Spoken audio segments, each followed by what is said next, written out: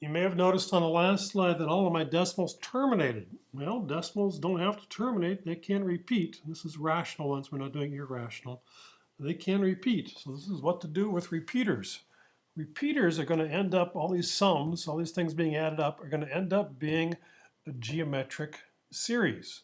So what I have written here is the formula for finding the sum, S is for sum, G is for geometric, of an infinite converging series. Now, you can't just find the sum of any kind of series. It's got to be convergent if it's going to be infinitely long.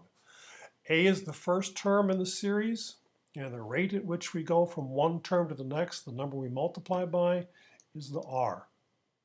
So you're going to have to know this formula to find the values. Ready, set, go. So if I'm doing 0.3 repeating in base 4, I start out just like before. I have 3 times 1/4, 4 to the negative first. The next 3 times 4 to the negative second. And then the next 3 there times 4 to the negative third, etc., etc. If you look at the terms of this, this is a infinite series, but it's converging. The numbers are getting smaller as we go out to the right. 3/64 is smaller. It's going to be converging to 0. The individual terms we're adding up going to get very close to 0. So we can find the sum using the formula above. So this is what the terms look like. Our first term is 3 to the 4th. So that's going to be the A. And then to go from one term to the next, we're multiplying by 1/4 to go from one to the next. Now again, that's just because the power is going, and the fraction is going and increasing for each position, 4 to the negative first, 4 to the negative second, etc. So anyway, just plug that in the formula. Put the 1/4 in there and the 3/4 in there, and then figure out divided equals. We have this. We should review simplifying complex fractions. I have 3/4 times the reciprocal of 3/4, which equals multiplying by that inverse, which is 4/3, and it equals, now I think this is cool, it equals 1. Cool. 0.3 repeating in base 4 equals 1. It's kind of like 0.9 repeating in decimal equals 1. Anyway, I always think that's cool. We're going to do it again, but now instead of having 1 digit repeating, we're going to have 2 digits repeating.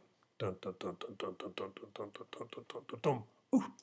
So the 1 and the 2 are repeating. I don't do the fraction or the little bar above the numbers much. They do on the math contest stuff. They'll write it this way with the base 3 down here. So anyways, we're just going to expand it like before. It's 1 times 3 to the negative first number.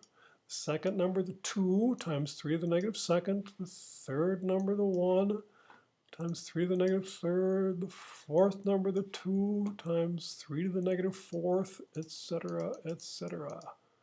Then what you do is you group. You group everything with a 1 together, and then you group everything with a 2 together. And it looks like that. So I wrote out an extra term in each one of these series. So now each one is a separate individual geometric series. The first term of this series is 1/3, and to go from one to the next, we're multiplying by a ninth. By a ninth. Notice it's a ninth, not a third, because we're grouping every other term together. The other terms we're grouping are the ones with the 2. We have 2 times 1/9. That's the first term, 2/9. And to go from one to the next, we're multiplying by a ninth again. So we set up 2 formulas for the series sum. The first one, oh, fit, you bugger. That's better. The first one's got the 1/3 as the first term, and times funky fraction. And again, it's the R is 1/9. And then the second one starts with 2/9. And we're going from one term to the next using 1/9 again. So we have the 1/9 down there. And we just have to simplify these. Let's try it again. It's 1/3 times 1/8/9, which is 9/8. And the next one is 2/9. That's a 2. Lovely. Times 1/8/9, which is 9/8 again. The 9's cancel here. We have 1/4.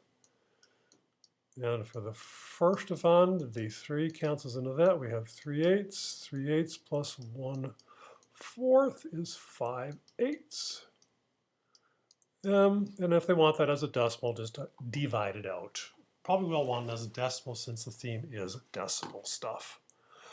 Okay, we're going to go on to the next slide. I'm going to pause and then make a different movie for it. It's converting base 10 to a Basimal.